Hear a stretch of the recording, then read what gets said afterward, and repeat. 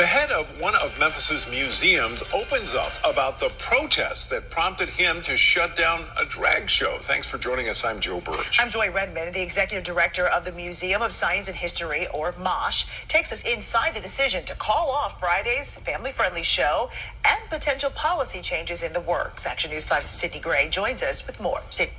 Hey, well, good evening, Joy. Close to 300 people were at the museum on Central Avenue Friday night to support the end of a summer-long exhibit celebrating the Memphis LGBTQ plus community. Well, that is until armed protesters showed up, and tonight the museum's executive director tells me they're now considering making changes to gun policies on the property. We're fine with protest here over an event, right? Needs to be civil discourse, not armed militia.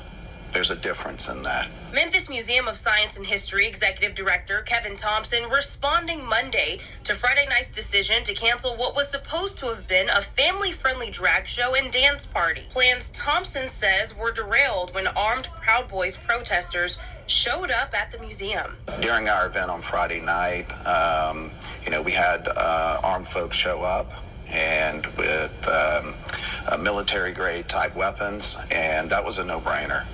We had 290 people who chose to spend their Friday night here at MOSH, and they did not come to protest a militia. They came to enjoy the programming that we have here. Patrons were asked to leave the event while protesters stood by with Memphis police on site to keep the peace. According to Thompson, MOSH forbids weapons inside its museums, but a different set of rules governs the grounds. We don't allow them inside the building, but on the property, we don't have restrictions on that. Now, of course, anytime you go through something like this, we're reviewing a lot of our policies. We're learning a lot from this. It's the first time we've ever had something like this happen at the museum.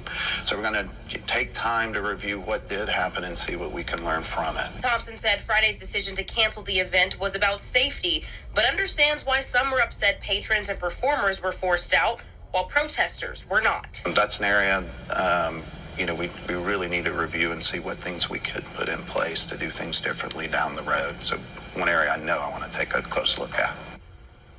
Memphis police say they made no arrest after Friday's protest. The museum says it is too early to make a decision on whether to reschedule that event. Tonight at 10, hear from a community leader with a message of inclusiveness in the Bluff City. Sydney Gray, Action News 5.